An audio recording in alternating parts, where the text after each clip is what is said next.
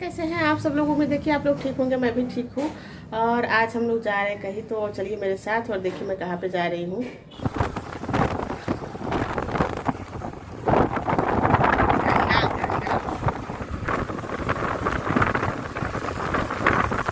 तो हम लोग बाइक से निकल चुके हैं और जो रास्ते का सफ़र था वो काफ़ी अच्छा था, क्योंकि मौसम काफ़ी जो है अमेजिंग था।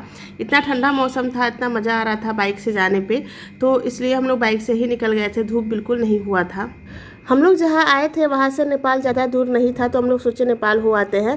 तो ये बॉर्डर आपको दिख रहा होगा नेपाल में आने के लिए, और उसी के ठीक सामने ये कार्यालय बना हुआ है।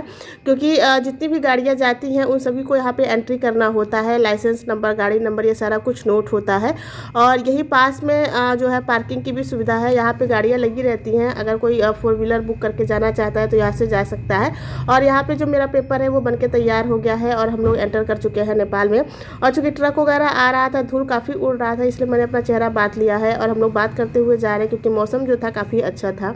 नेपाल आने का प्रोग्राम जो है वो सडनली बना था। अगर नेपाल आप जब भी आए तो एक चीज़ का ध्यान रखें कि यहाँ पे नेपाली करेंसी ज़्यादा चलता है।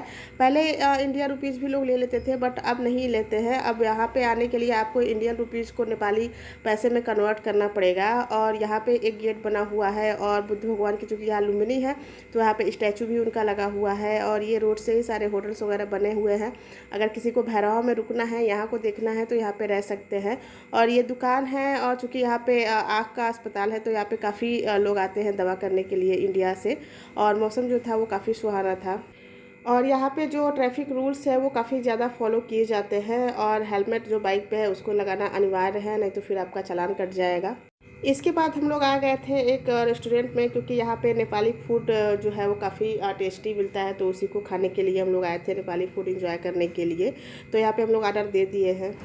हम लोग आ गए नेपाल में, और जो काम था अपना करने के बाद टाइम बचा तो सोचे चलो यही घूम लेते हैं।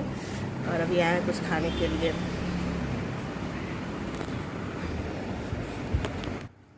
तो यहाँ आने के लिए जो अभी हमने आपको ऑफिस दिखाया है, वहाँ से इस तरह का कुछ बनवाना होता है, तो उसको लेके ही हम लोग आ पाएंगे।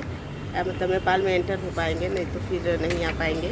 तो ये हम लोग का बन गया। ज़्यादा टाइम नहीं लगता है, 15 मिनट लगता है, 10 मिनट ऐसे ही लगता है। तो भीड़ कितनी है उसके ऊपर डिपेंड करता है। और फिलहाल आ गए हैं, तो काम हो गया था। हम लोगों का काम जो था उधर ही था, इधर कुछ था नहीं, तो बस ऐसे घूमने के लिए आ गए, टाइम बच गया था। ये जो कागज़ है ये 2 तरीके से बनता है। एक जो है बिल्कुल फ्री होता है, और एक में जो है पैसे दे के बनाया जाता है। तो आप बने रहिए, मैं आगे बताऊंगी कि मतलब कौन सा फ्री होता है और कौन सा पैसे के साथ बनता है। और अगर आप यहाँ के लोकल जगह ऐसा मतलब घूमना चाहते हैं तो आपको बिल्कुल पैसा नहीं लगा, बिल्कुल फ्री में आप घूम सकते हैं।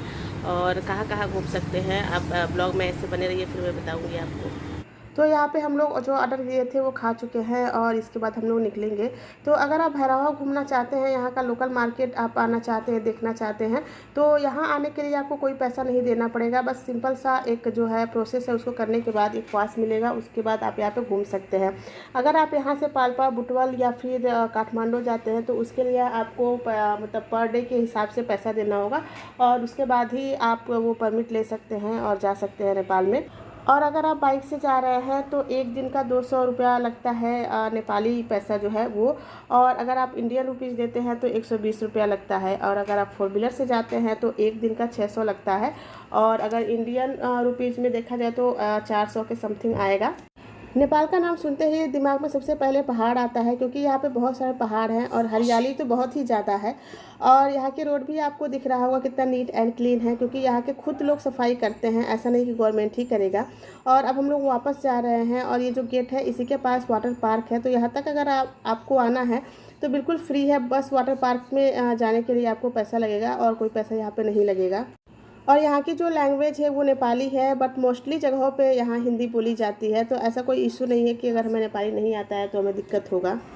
एक बात यहाँ पे मैं क्लियर कर देती हूँ कि जो हमारी इंडियन करेंसी है वो नेपाल में जाने के बाद ज़्यादा हो जाता है, अगर आप उसको नेपाली करेंसी में कन्वर्ट करते हैं। अगर इसको आप ज़्यादा अच्छे तरीके से जानना चाहते हैं तो गूगल पे सर्च कर लीजिएगा। जैसे कि 1 रुपया अगर हमारा इंडियन करेंसी है तो वो नेपाल में 1 रुपया 60 पैसा हो जाएगा। तो अगर आपको नेपाल घूमना है तो पाल्पा, काठमांडू और बहुत सारी जगह हैं, जा सकते हैं। अगर आपको एडवेंचर करना है तो आप पोखरा जा सकते हैं। तो अगर आप छुट्टियों में यहाँ पे जाना चाहते हैं तो आई होप आपको ये वीडियो अच्छा लगा हो, यूजफुल लगा हो। अगर आप माउंटेन देखना चाहते हैं या नेचर्स को करीब से देखना चाहते हैं और कम बजट में घूमना चाहते हैं तो आप नेपाल जा सकते हैं। तो हम आ गए हैं घर पे और अभी पीयूष फिलहाल पढ़ाई कर रहा था, तो आने में काफ़ी लेट हो गया क्योंकि हम लोग जिस काम से गए थे वो करने के बाद फिर जहाँ पे गए थे वहाँ से नेपाल ज़्यादा दूर नहीं था, तो फिर हम लोग वहाँ पे चले गए और जब वहाँ से आए तो लेट हो गया है। हम लोग गए थे एक काम से, तो जब काम ख़त्म हो गया तो ये हुआ कि चलो वहाँ पे होके आते हैं नेपाल में। तो मैंने सोचा कि एक छोटा सा वीडियो मैं आप लोगों के लिए बनाऊँ। अगर आप इस गर्मियों की छुट्टियों में जाना चाहते हैं तो आपके लिए शायद यूज़फुल हो, तो इसलिए मैंने बनाया। अगर आपको ये वीडियो थोड़ा सा भी अच्छा लगा हो, यूज़फुल लगा हो, तो प्लीज़ चैनल को लाइक शेयर और सब्सक्राइब करना मत भूलिएगा। तब तक के लिए बाय बाय।